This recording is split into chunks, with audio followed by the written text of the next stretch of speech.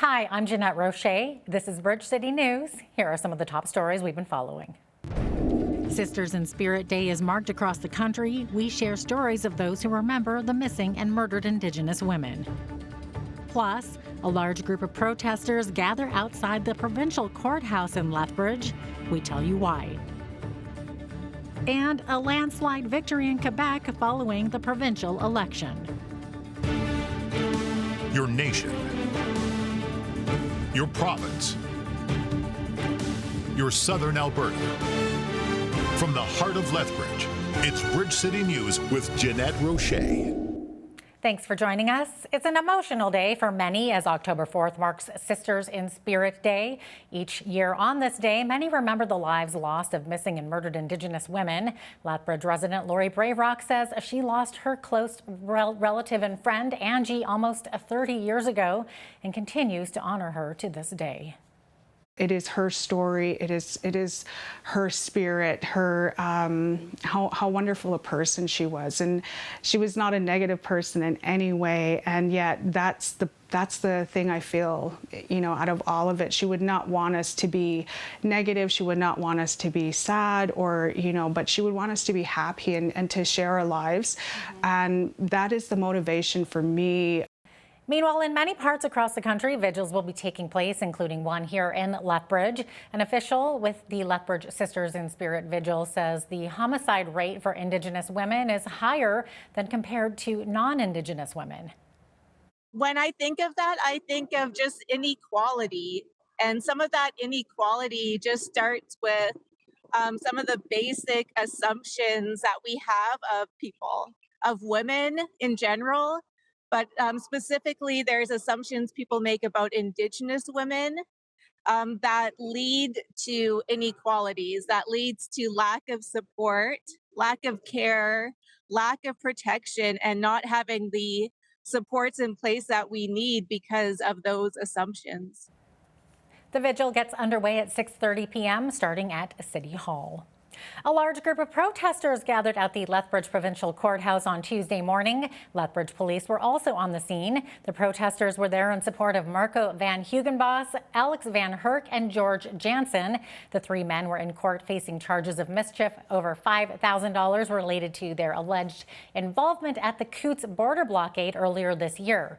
Van Hugenbos is a town councillor for Fort Macleod and was reprimanded by Mayor Brent Fader, who called his behavior unacceptable. The court case was adjourned in a matter of minutes. Supporter Arthur Pulowski, who is facing 4 upcoming trials himself, made an appearance along with defendant Alex van Herk outside the courthouse to voice their concerns. We, the farmers, the milkmen, the grocery clerks, and everybody else, the beef producers, if that's the case, and if we have to become politicians to bring justice back into our province, well, then that's what needs to happen. They're forcing us to abandon what we love to do, to go into the political realm and clean this sham, where the officers no longer protect our rights, but they protect the elites. And we took that stand in solidarity in Coutts.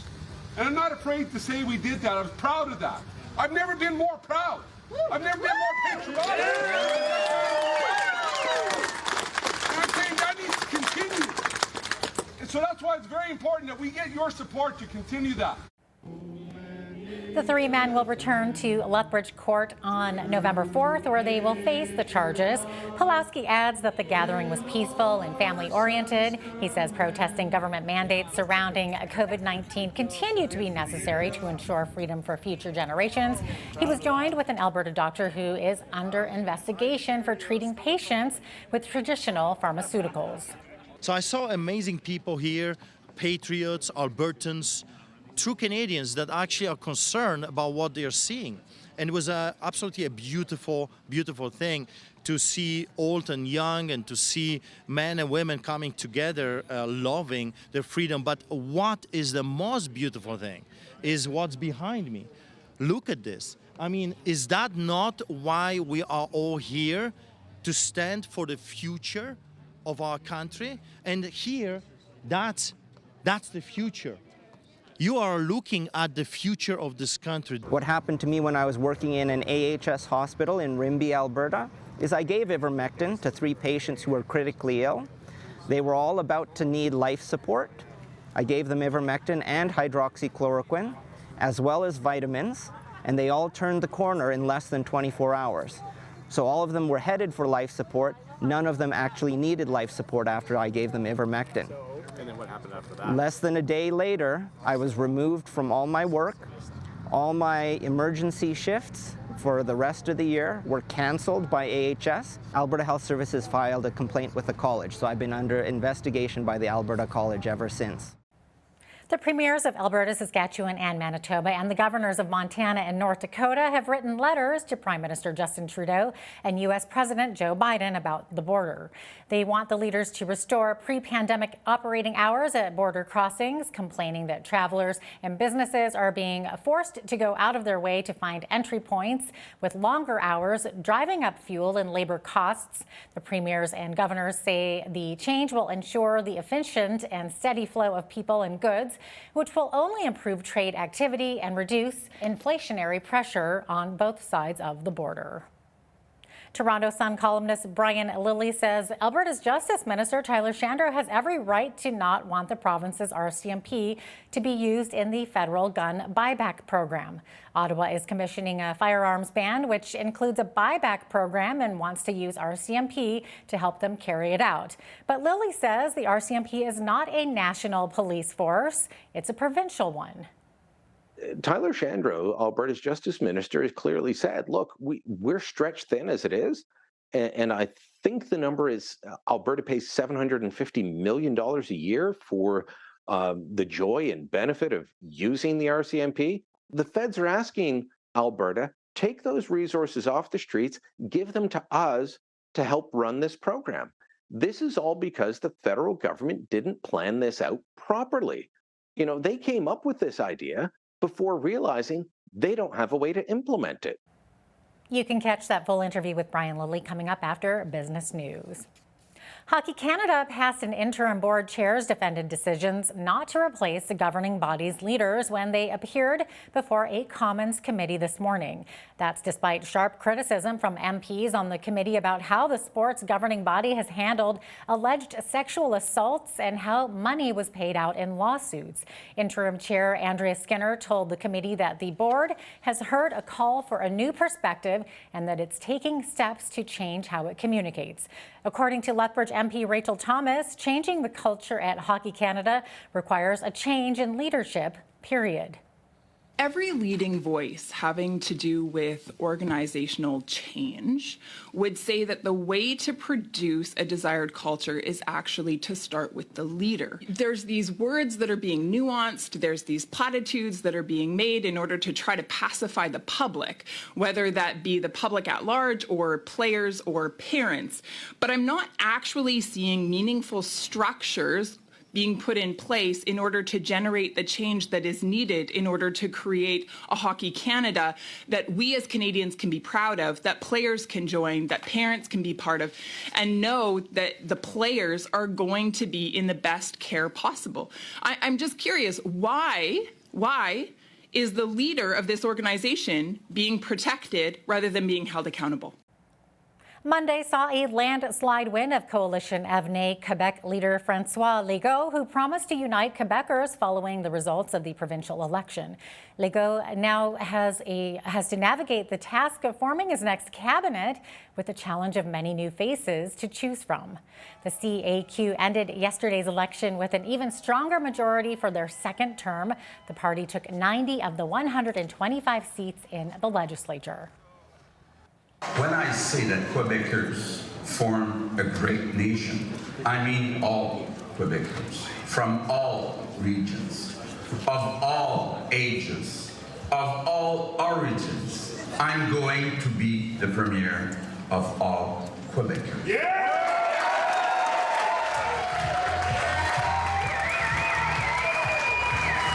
It's always a surprise, and we worked so hard during those 36 days. I worked hard and we have our Prime Minister worked hard. We were 125 candidates. We all worked so hard. And to see tonight that Quebecers chose to place their trust in us again for 4 more years, we are so very grateful and so excited and so impatient to keep on the good work for making Quebec prouder, more green, and more rich. Meanwhile, the Liberals hung on to the official opposition status, with leader Dominique Anglade winning her Montreal riding. Last night, she told supporters her official opposition will be a voice for all Quebecers. And let me be clear, we will represent all Quebecers from all strides. Prime Minister Justin Trudeau announced today in Dartmouth, Nova Scotia, about a $300 million fund to help affected communities and businesses recover from Hurricane Fiona. Trudeau says the fund will provide assistance over the next 2 years to repair critical infrastructure damaged. The Atlantic Canada Opportunities Agency will administer the 2-year recovery fund. This funding will support projects to repair and rebuild storm-damaged critical infrastructure such as wharves, support the cleanup of fishing gear so that boats and marine life can once again safely navigate these waters, of course, help local businesses and communities rebuild and recover. We know that it will take time to rebuild, but the community support and the strength and, as Darren put it, the resilience of Atlantic Canadians is well known. These are communities where people look out for each other, where people step up for each other, where we're there to help each other out. And I can tell you, Canadians from coast to coast to coast are worried about their fellow Canadians here in Atlantic Canada, and will continue to step up and support. Meanwhile, U.S. President Joe Biden is promising his government will not abandon Puerto Rico as it starts to rebuild following Hurricane Fiona. Tens of thousands of people remain without power 2 weeks after the Category 1 storm hit, initially knocking out electricity to just about all 3.2 million people on the island. Biden toured the hardest hit areas Monday and plans to announce $60 million in aid to help Puerto Rico shore up levees, strengthen flood walls, and create a new flood warning system. Lethbridge police have released a composite sketch in connection with a sexual assault and are asking anyone who recognizes the subject to come forward. On September 28th, police responded to a report that a woman was sexually assaulted by an unknown man who had approached her in the St. Edwards neighborhood around 2 p.m. The man left the area and was last seen along St. Edwards Boulevard North. Police canvassed the area but did not locate him. He is described as 25 to 30 years old, wearing black and red track pants, a white hoodie with Gap in blue-purple print, black socks, and Adidas slip-on shoes. Anyone who recognizes the subject or has information is asked to call police at the number on your screen. The Blood Tribe Police Commission has appointed Sergeant Grant Buckskin as their interim chief of police. This following last month's resignation of former Chief Brian Ironshirt. According to Commission Chairman William Wadsworth, Acting Chief Buckskin brings more than 30 years of policing experience and is a member of the Blood Tribe. They did not, however, cite a reason for Ironshirt's resignation. Veterans from our city have now taken their rightful place in history. The Legion unveiled the Lethbridge Salute Our Veterans project on Tuesday afternoon. A large number of banners showcasing veterans are now on display in our city to honor those who have made the ultimate sacrifice. Video journalist Micah Quinn has more on the banners that have been rolled out across Lethbridge. Members of the Legion, Lethbridge Mayor Blaine Higgin, and family members of veterans gathered on Tuesday by the Lethbridge Cenotaph to officially unveil the new banners. If you take a drive by the Lethbridge Airport, Lethbridge Cenotaph, the Legion, Army Navy Air Force, Galt Gardens, and by the old train station in downtown Lethbridge, you'll be able to put faces to names of veterans who served our country. Glenn Miller, a veteran himself and a member of the banner committee with the Lethbridge Legion, says you can also view all of the veteran banners, which feature a picture and a short little write-up on the Lethbridge Salute Our Veterans project website. And that's important because we're passing on that remembrance to the next generation. Because oftentimes as people now move on, Grandpa served in World War I and that's all we know.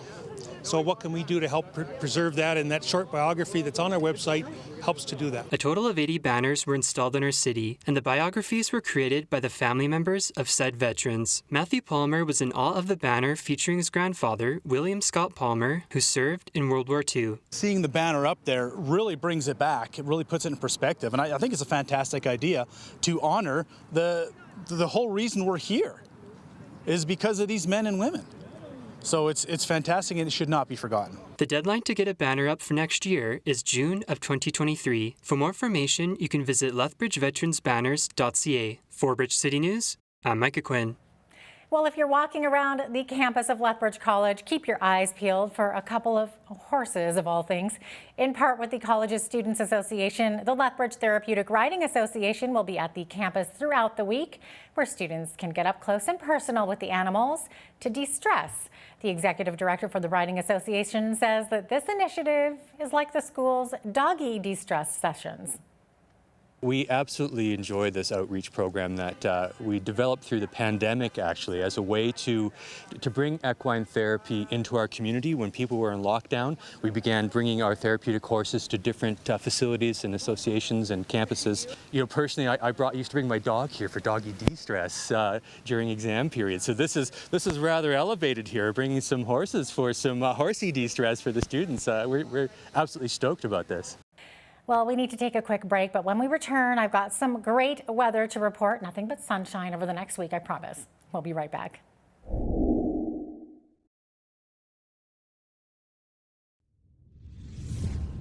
Welcome back. It was another beautiful sunny day in Lethbridge, and you know what? That is going to stick around. Should be a lovely Thanksgiving long weekend coming up as well. But a beautiful week ahead.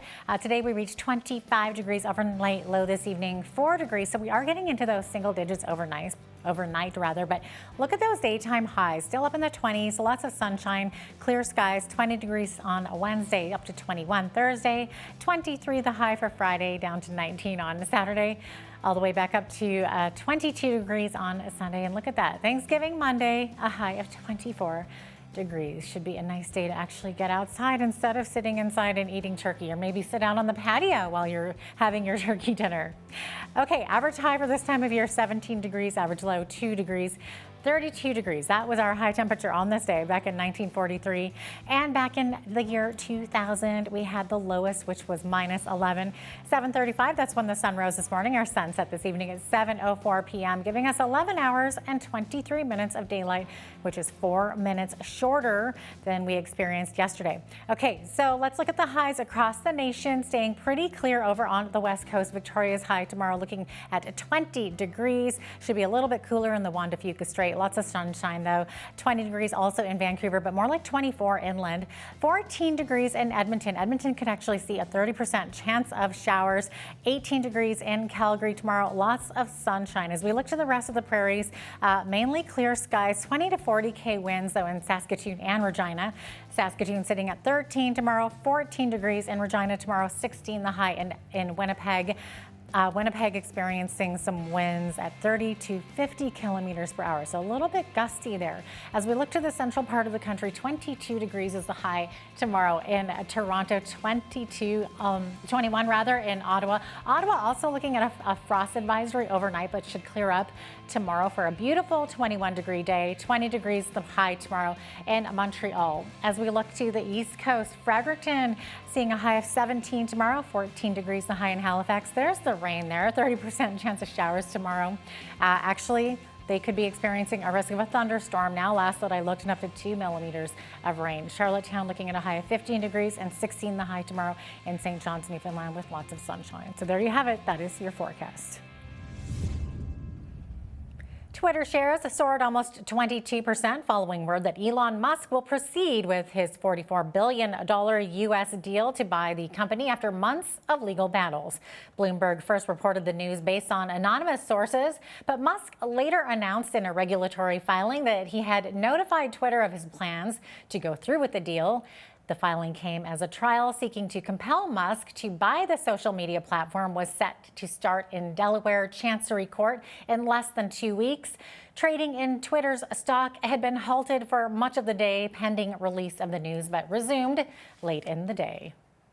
Calgary-based TC Energy has announced its first Canadian solar power project will be located in Alberta. The energy infrastructure company says construction of the $146 million Saddlebrook project south of Calgary is expected to be finished next year.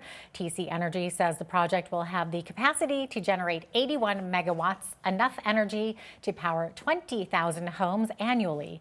It says about 140 workers will be employed during construction, and 2 full-time TC Energy employees will work at the facility once it's in operation. Now here's a look at today's markets. The TSX was up 489 points on the day to finish at 19,370. The Dow was up 825 points to 30,316.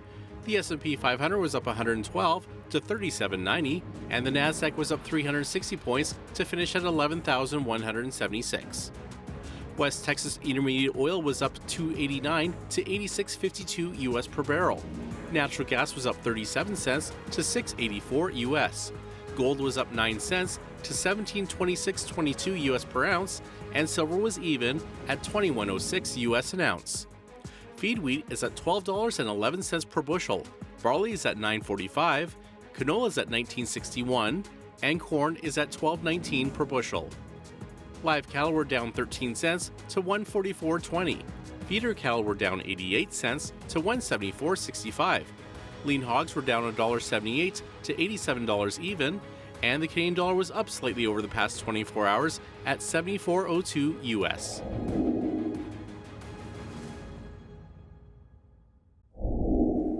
Recapping one of our top stories, a large group of protesters gathered at the Lethbridge Provincial Courthouse Tuesday morning to show support for Marco van Hugenbos, Alex Van Herk, and George Jansen, who face charges related to their alleged involvement at the Coutts border blockade earlier this year. Supporter Arthur Pulowski, who is facing 4 upcoming trials himself, made an appearance along with defendant Alex Van Herk outside the courthouse. He says protesting government mandates surrounding COVID-19 continue to be necessary to ensure freedom for future generations. Coming up after the break, some debate in the House of Commons about a forbidden word the Conservatives are using. I sit down with Brian Lilly after this short break. If you see news happening in your community, be sure to send us an email at info@bridgecitynews.ca. We'd love to hear from you.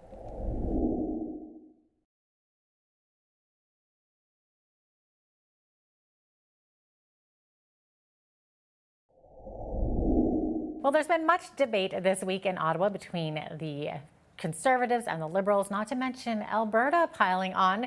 Here to discuss it all is Toronto Sun columnist Brian Lilly joining us from Toronto. Brian, so great to have you on once again today.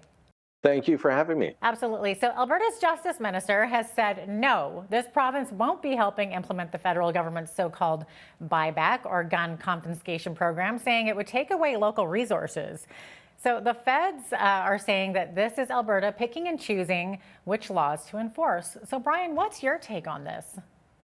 My take is that the Alberta government is actually reading the Provincial Police Services Agreement that they've signed with the federal government, and the federal government isn't doing it. For people that don't know, there are 7 provinces that use the RCMP as their provincial police, and under that agreement, that's what they're referred to as. They're not referred to as the National Police Force. And we all think that every Mountie is part of the National Police Force. But if you're doing local or provincial policing, you're under a Provincial Police Services Agreement, whether it's with Alberta, BC, Saskatchewan, Manitoba, the 3 maritime provinces. That's what the Mounties are doing there. They're the local cops. And so under 6.1 of that agreement, it says that the province in question gets to set their priorities, goals, and objectives. Under 6.4, it says that nothing in this agreement will stop insert province's name here from being in charge, essentially, of provincial policing in their province in setting those goals. And Tyler Shandro, Alberta's Justice Minister, has clearly said, look, we're stretched thin as it is. And I think the number is Alberta pays $750 million a year for the joy and benefit of using the RCMP. Get your own provincial police force. And they're being asked, please take resources away from looking after street crime, looking after traffic enforcement, looking after the things that people say matter to them. By the way, traffic enforcement, every police jurisdiction in the country, it's the #1 issue. People want the speeders on their street stopped until they themselves are stopped.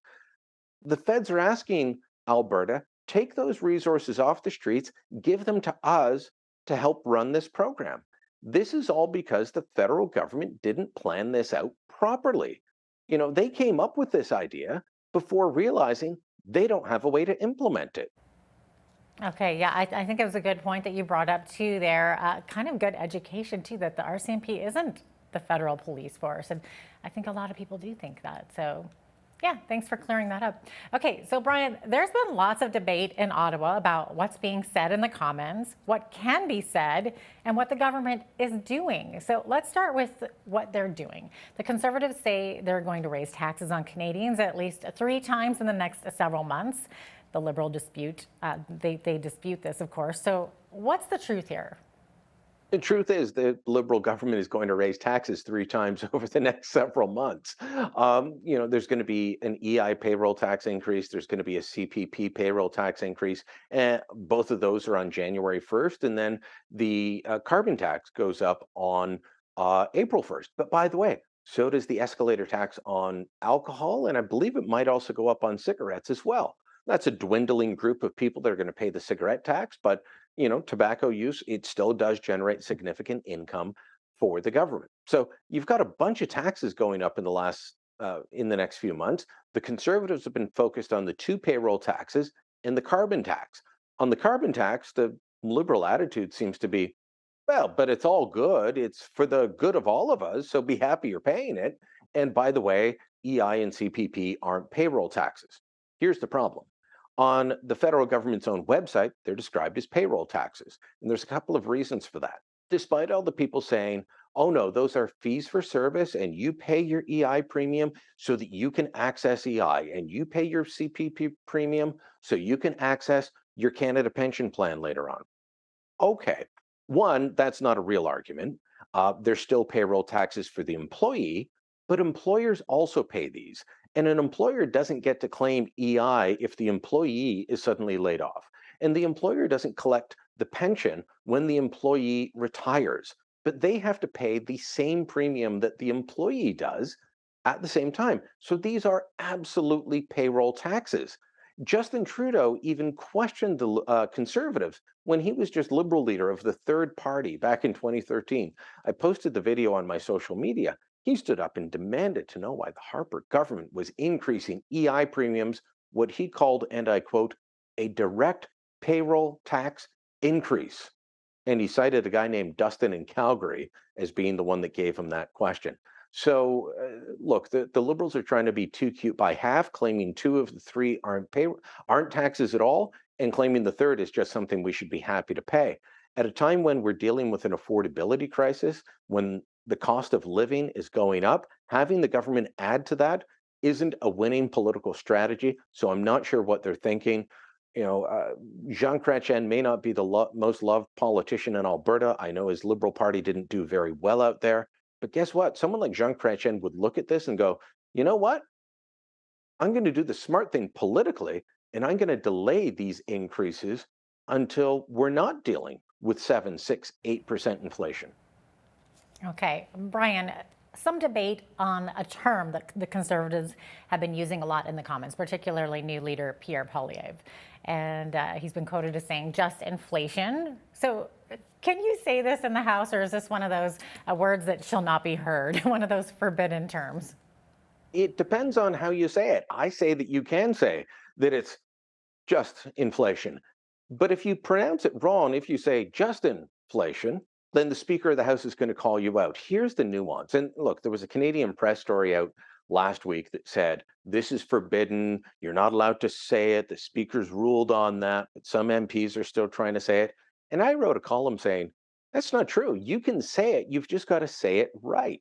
And when Pierre Poilievre stands up in the House of Commons, he always does this pause and he says, it's just inflation. Like he puts the little nuance in there so that you know that he's blaming it on Justin Trudeau, but he's not saying the Prime Minister's name. And the reason for that is you're not allowed to call each other out by name.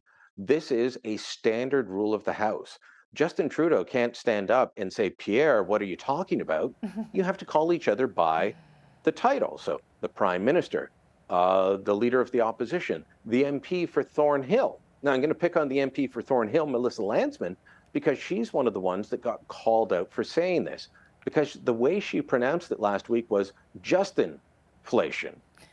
And she put the emphasis on Justin, which of course is the PM's first name, as I said. So the speaker stood up and he didn't say, you can't ever say this. He said, if you're going to say it, make sure the pause is in the right place. So look, MPs always get around the rules. One of my favorites is, you don't want to call somebody a liar because that's not allowed in Parliament. You can say that they're not familiar with the commandment, or that they're economical with the truth. These are things that have been said in the Commons. So if you want to say it's just inflation, you got to put that little pause in there. That's the difference. Oh my goodness, how funny. Okay, so one of the taxes that will be raised next April, you alluded to it earlier, is on alcohol. So the government is tasked with coming up with guidelines for what's considered a safe amount of what a safe amount of alcohol is. Now they're trying to say that anything more than 2 drinks a week is too risky. So is this a bit extreme? It will be for an awful lot of Canadians because 2 drinks in a week, okay. I always love these stories you see.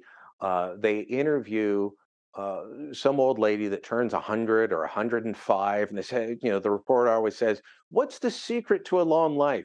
How many times have you heard them say, I just have a little shot of sherry every night, something like that, Or right? I drink my wine every day. Yeah, and it's cute. Like, I just have the one every day. That person who's 105 would now be considered outside of the norm. That's risky. You're going to get cancer. You're going to die. Well, they're 105. Based on my experience with my grandmother who lived well past 100, at some point they're saying, is it over yet? So, but look, it's saying that this is unacceptable behavior by the government is too much. For years, the standard has been, the recommendation has been anything over 10 drinks in a week is, for women, is too much. Any more than 15 for men is too much. And they give those general guidelines because men tend to be larger, they tend to weigh more. All of these are factors. Now, nobody would ever say, have all 10 drinks in a night, have all 15 drinks in a night. But that works out to between 1 and 2 a day. And that is considered a normal and acceptable way. And it's the government trying to say, don't drink too much, drink within moderation. This is kind of like the temperance movement coming back and saying, because what they actually say is, you shouldn't drink at all, but if you're going to drink, you shouldn't have more than 2 in a week. Well, if you're trying to curb people's drinking, that's the wrong message, because this is a group that also says they want free heroin for heroin addicts. So heroin's good, but a glass of wine a night is bad. That's not a public health message that people are going to follow. They're going to ignore it. And that's the opposite of what you want to do. This is all funded by a group called the Centers for Substance Use and Addiction. Now, some people will say that's not the government, they're independent. The Deputy Minister of Health and Deputy Minister of Public Safety sit on their board. Most of their money comes from Health Canada. Most of the board is appointed by the government. They wouldn't exist without the government. And they were tasked to do this by Health Canada. So it is the government, the nanny state essentially, coming in and saying, you shouldn't do this. If you want to reduce problem drinking, this isn't the way to go about it. This is going to make problem drinkers scoff at you and say, yeah, you're just being beyond the pale now. You're being ridiculous. I'm going to ignore you.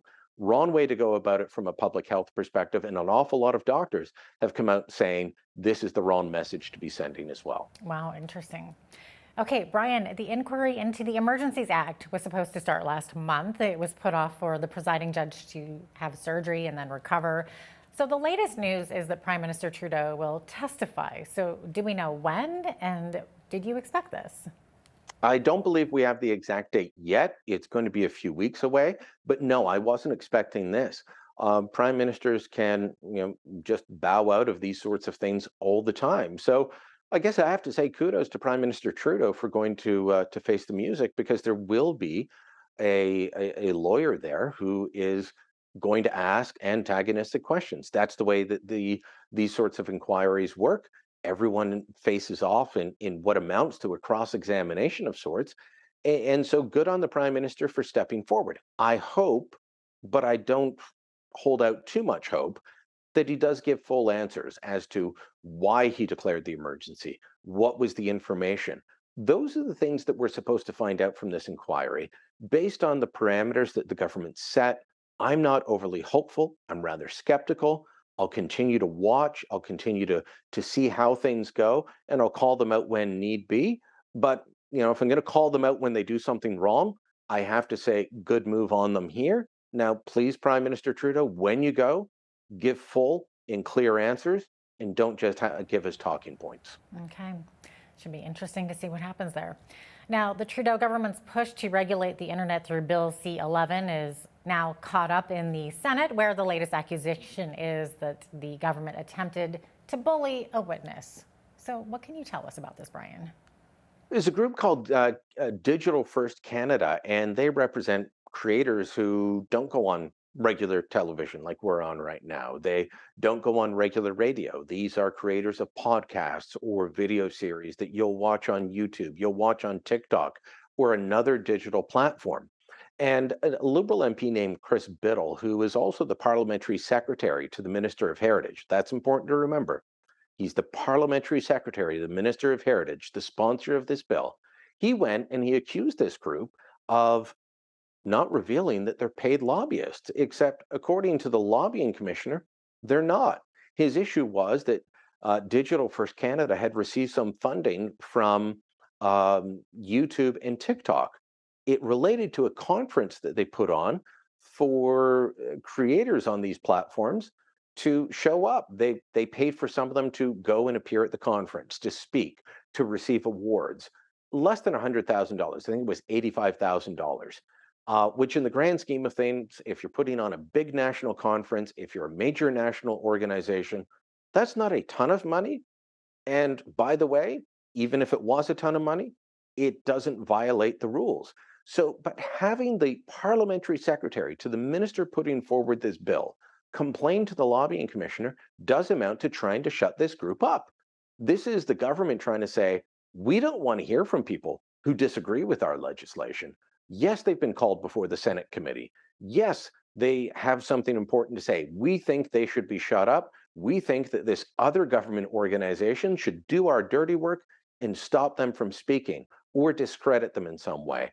That's the type of bullying that shouldn't go on at any level of government. When we're talking about the government trying to regulate the internet, and one of the major concerns is free speech, this goes well and above, well beyond the pale. This is something that should be completely unacceptable. MP Biddle, who had to apologize for nasty comments about another critic of the bill a little while ago, really should be taken to task. In fact, I think he should be fired. He's, if I'm being honest, he's not a person I think who belongs in Parliament. I think he embarrasses the legislature on a daily basis. Well, Brian, unfortunately, we are out of time now, but it's so great to have you with us once again. Thank you. That was Brian Lilly, Toronto Sun columnist, joining us from Toronto.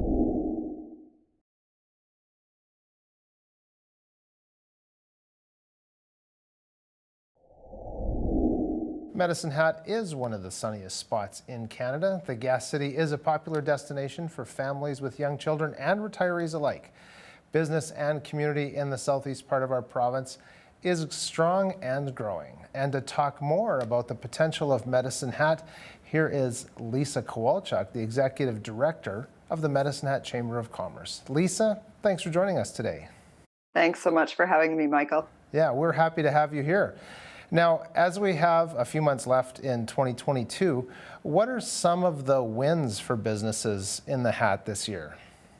I think so many of our communities can probably say the same, just in terms of the resiliency of our businesses and making it through kind of the global pandemic and the different innovations that we saw with our businesses, from different workforce strategies to, so many of our businesses, particularly our restaurants, putting out patios so that they could serve their businesses, and seeing those continue beyond, and being able to create spaces and experiences for their patrons and for our community. I think, another win and success within our community is, despite some of the challenges, we still saw a number of business start up during a very difficult time, taking that risk and that challenge, and surviving through and becoming very successful. So it's really neat to see, again, the strength and resiliency of our business community, and those connections and the deeper connections, I think, that have been formed and continue to grow within our community. So it's a really strong presence of our entrepreneurs and that entrepreneurial mindset that we have, in particular, I think, across Alberta, and we see it in Southern Alberta in particular, the willingness to take risks, and certainly even those that have expanded their businesses. Yes. Yeah, it is great to see, especially the collaboration between businesses. I know my friend Ryan, who's a carpenter in Medicine Hat, he built the outdoor staging, as it were, for the Mad Hatter. And of course, the local's always a great spot to spend the summer outside while visiting with friends. So that is great to see. How about some of the challenges for 2022? Yeah, I think, again, this is probably, reflected in a lot of communities, but it has been increasingly difficult for business because of that accelerating pace of change and constant change that they're having to adapt to. You put in a global pandemic and the economic, fiscal, regulatory environment that they're having to deal with. Even in terms of the technological shift. So obviously that was accelerated in the last 2 years out of necessity. But, a decade ago, smartphones really didn't exist. 3 decades ago, no one really owned a computer when you look back in time, in terms of households. And we have demographic changes that are impacting us, workforce and workplace trends that are becoming redefined with automation and remote work and new forms of work in the gig economy. Technology obviously is accelerating at an exponential pace, and there's more cybersecurity needed and more challenges and big data and AI and blockchain. So, you look at all of those things, and I always say, we're very fortunate that we have different skills, expertise, and resources as a chamber that we can tap into. But, businesses really need to be connected, resilient, and resourceful, because there are so many different things that are impacting their business, and constant changes in political trends and just the global economy overall. So I think the only thing certain is change. And as a chamber, we know we need to be responsive and willing to be able to assist our businesses, recognize and adapt to that evolving landscape. And certainly still recognizing the challenges of our business, that they're just trying to run their day-to-day operations. And so trying to keep up with all of that is very difficult. And I think out of all of that, one of the biggest challenges that we've seen, and I think we see it across the board, is certainly the labor force and workforce, and the demand for labor. So that is something we've really honed in on. Now, how about the provincial government? This year, have they taken maybe more of an active role in helping local businesses recover from the pandemic? Yeah, I think certainly we've seen it across the board in terms of the different incentives that have been provided, and different opportunities. So things like the Jobs Now program, or, the Canada Alberta Summer Job Program, in addition to some of the federal response. On a local level, we had a number of incentives that had been introduced as well on a local level, which we didn't see in a lot of other municipalities. And some of those incentives are ongoing or continuing to evolve, because we also recognize that, despite what has happened in the last couple of years, we have economic recovery ahead of us. And so how do we continue to recognize the challenges of the businesses, but ensure that we're continuing to evolve, adapt, innovate to recover and grow and thrive as we move forward. Right. Now, how about the city council and the new mayor? Like, I was thinking of Jim Turner, the late Jim Turner, as you were chatting, and he was such a delightful fellow. City Council is a little bit different. We have a new mayor in Medicine Hat. Can you talk about the relationship or maybe what they've done for the community, or the business community, I should say? Yeah, I think we've always had a really good relationship with our city councils and have always had that open dialogue, which certainly we see benefit because, you know, they joke every once in a while that we're the official opposition, but really we say we're just there to help improve the environment and just make note or make point of the things that we can just do a little bit better. And certainly with a change in council comes that, you know, that establishment of a new era and communication and looking at how we can align strategic plans and priorities moving forward. The City Council recently adopted a new strategic plan. And so within that, we've certainly taken a look and made some points of the areas that we can really hone in on, look to kind of capitalize on. So in terms of innovation, there is a willingness to pursue opportunities and remove obstacles to success and innovation and looking at development. There is a desire. The second strategy is the economic evolution. So we always like to see when the economy is a priority and looking at how we encourage a strong and diversified regional economy, as well as encouraging entrepreneurship. There's a goal for service orientation. So as we all know, we need our municipalities to be easy to deal with from a business perspective. They are looking at partnerships and governance, and we hope to play a fairly prominent role in those partnerships in terms of how we can ensure that there is resources for our business community and those connections, and that we're able to provide insight into ways that we can adapt and grow community wellness, resilience, and sustainability. So we have had conversations with council. We actually have a meeting coming up here with our council at the end of the month, and we continually seek out those opportunities where we can kind of reflect and communicate and ensure that we're constantly moving forward. So we did a presentation to City Council. This is a follow-up to that, and we regularly have those meetings to discuss how we move plans forward. So not just talk for the sake of talk, but actually see those action plans.